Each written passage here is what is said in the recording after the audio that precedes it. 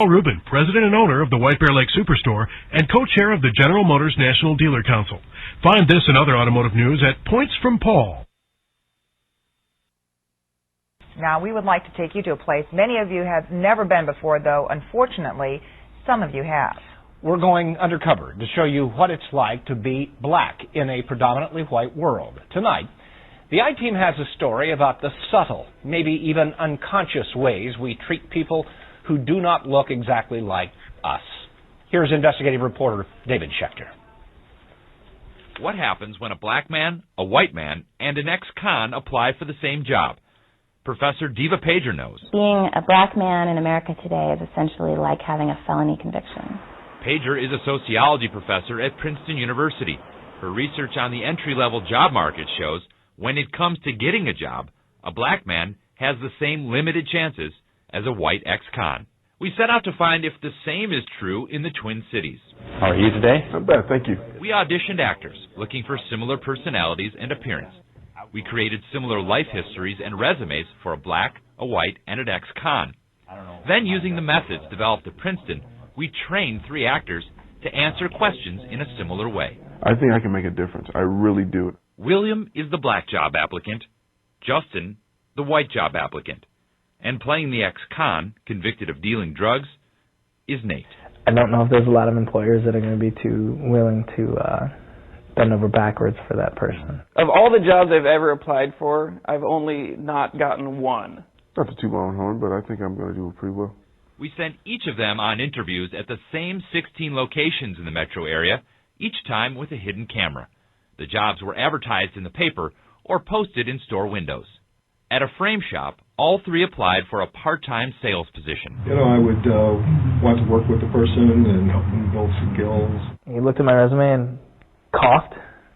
Have you worked in a retail environment at all? Or? I think that he saw that I worked in a correctional facility as an inmate, and I think it threw him off. So you felt like your chances of getting that job were? Very slim. Could I interview with Well, yeah, you know, I'm right in the midst of a kind of a project or something at the moment. When William went in, was that one of the first things the guy said was, I'm kind of involved with a project or something. That did sort of sound like an excuse. And the help needed, I'm not sure if my help was necessary. And Justin, what was your experience at the frame shop? They seemed very nice and friendly. I figure if they, you know, had milk and cookies, they probably would have offered it to me. Great experience and good-looking guy and whatever. The person I guess we're looking for probably, you know, has a little bit more experience. So what he's doing is he's trying to be very cordial. He was trying to let me down easy, nice. Whereas you guys, he was just sort of trying to brush off, and if he told you to come back another time, he would hope that you just never came back. No. At an upscale restaurant, all 3 men applied to be a host, but the white applicant got the warmest reception. How many people did you talk to at the restaurant? I spoke to 2. The basic rule is we're looking for people who have like 1 to 2 years of experience. Travis liked you enough to say, you know, we should give this guy another look. How many people did you talk to? I talked to 1. So it's something like I can do, or is it something maybe I need to try for another position? I would say probably, I mean, you've done some kitchen work as well, right? Yes. You can also try for that. Now, the ex-con. I'm kind of interested in culinary stuff, so I'm thinking I'm probably going to go to school for it. I find it very odd that I mentioned that I wanted to do culinary work, and he told him to talk to the kitchen staff. I don't really know where that was coming from, but I think it's very silly. Your gut feeling about this interview? It was poor. It was poor, and it actually gave me a bad taste for the restaurant. Raise your hand if you got a call back from the restaurant. At a large clothing store, all 3 applicants inquired about a sales or cashier position.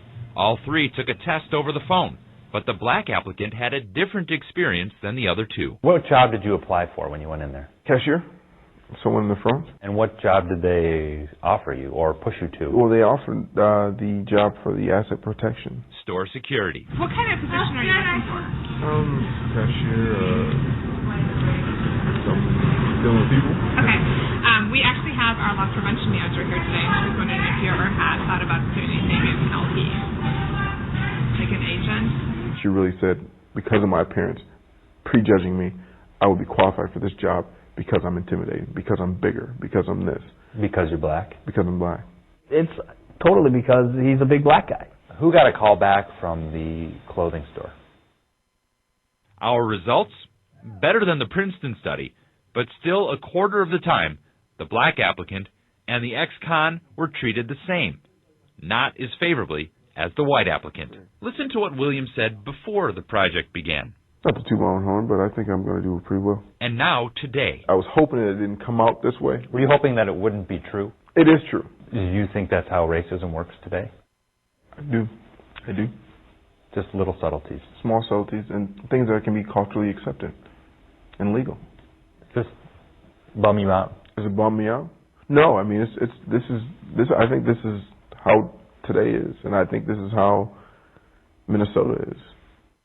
I for one am flabbergasted by all of this. I honestly, being a white guy, I've never really had to face that, and now coming, to confront it, it's very uncomfortable. And there's a role that you can be dropped as being an ex-con once you drop that off your resume. I wear this resume. This is who I am. David didn't name the businesses we visited. We did so to keep our story focused on society and not just a few employers. There was one last notable finding in our test. On 2 occasions, the black applicant got better treatment than the white applicant. Those were the only 2 interviews conducted by minorities.